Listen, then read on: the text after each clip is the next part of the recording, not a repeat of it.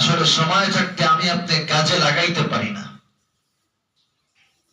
মজ্জেন সাহেব বাকি সেই ফজরের সময় আছে ঠান্ডার মধ্যে, হাইয়া আলাস সালাহ হাইয়া আলাল ফালাহ আসসালাতু খায়রুম মিনান নাওম, এইটা আমার আপনার কানে বাজে ঠিকই, তখন ওই যে ঠান্ডার মধ্যে উঠতে চাই না, চাদরটা আরো সুন্দর করে গায়ের সাথে জড়ায় নিয়ে ঘুমাই।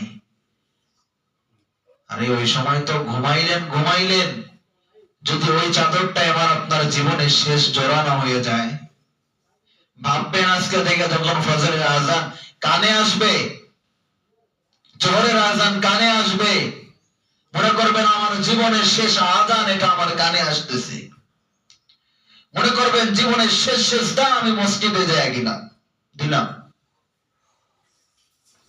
এটা তো আমার আপনার মাথার ভিতরে চিন্তা ঢোকে না।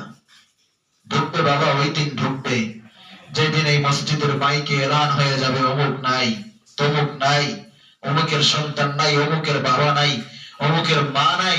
ওই দিন খাটির মধ্যে শুয়ে শুয়ে কান্না করবেন আর চিন্তা করবেন, হায় রে আমি কি দিনগুলা পার করে দিয়ে আসলাম, আল্লাহর একটা মিনিট আমাদের সময় দাও, ওই এক মিনিট আমি তোমার কুদরতি পায়ের মধ্যে সেজদা লাগায়া কানবো আর জীবনের সব গুনাহ তোমার কাছে মাপ চাইবো।